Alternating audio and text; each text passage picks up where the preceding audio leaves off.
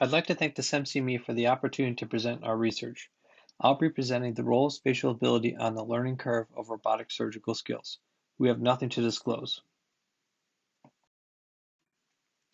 Current training paradigms in surgery utilize case volume as a measurement of surgical skill acquisition.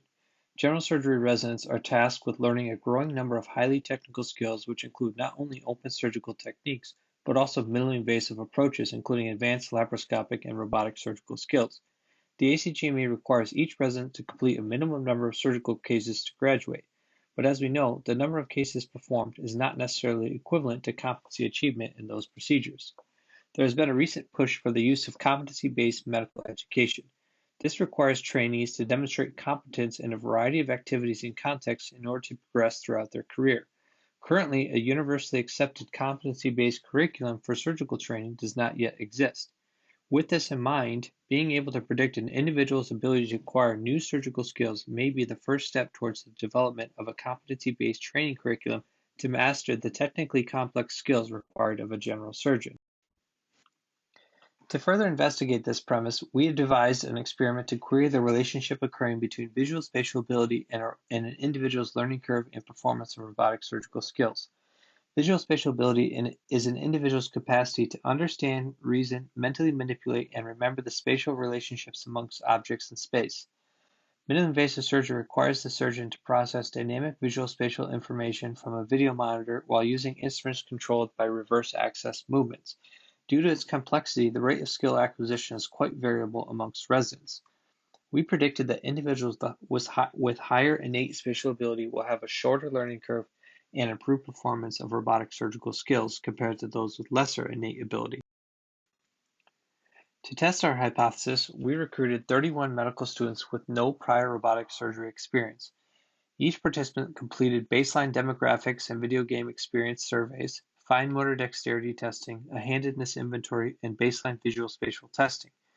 For this analysis, we focused on the visual spatial ability portion of the project, which utilized the perceptual ability test. The PAT is a 90-question validated multidimensional test of spatial ability, which includes questions involving angle estimation, pattern folding, cube counting, and other visual spatial tasks. To evaluate the robotic surgical skill and learning curve for each participant, the DV trainer from Mimic Technologies was utilized.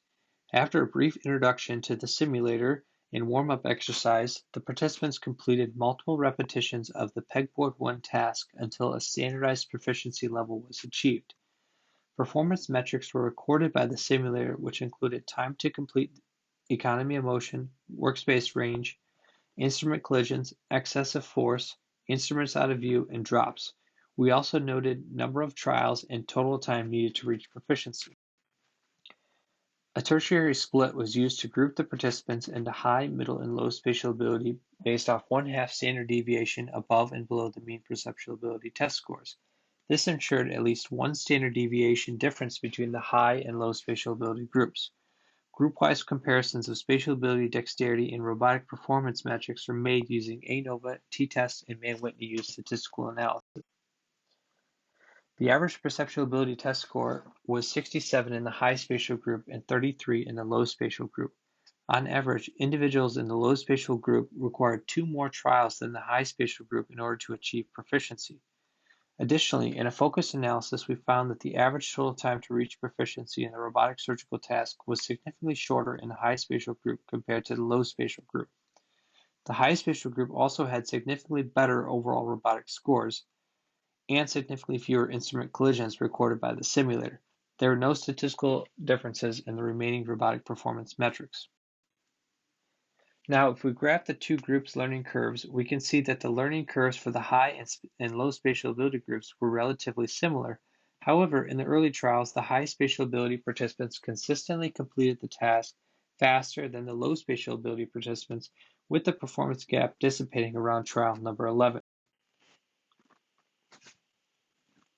Our results suggest individuals with high spatial ability exhibit superior robotic surgery performance in the early learning period, which may result in a shorter learning curve and decreased time needed to reach proficiency. These results are consistent with other studies which have demonstrated that an individual's visual spatial ability may correlate with their initial learning curve and performance of other surgical skills, such as laparoscopy, endoscopy, and tissue flap closures. In a competency-based training model where learning can be personalized to fit the needs of each learner, having the ability to predict an individual surgical aptitude through spatial motor testing may enhance the development of individualized training programs to ensure each resident graduates with competency. Our research shows that despite having limited robotic surgery exposure, individuals with high spatial ability exhibit superior performance in the early learning period, resulting in a shorter learning curve. Knowledge of spatial ability as it pertains to skill acquisition should be considered when developing a competency-based training curriculum for robotic surgical skills. Thank you for the opportunity to present our research.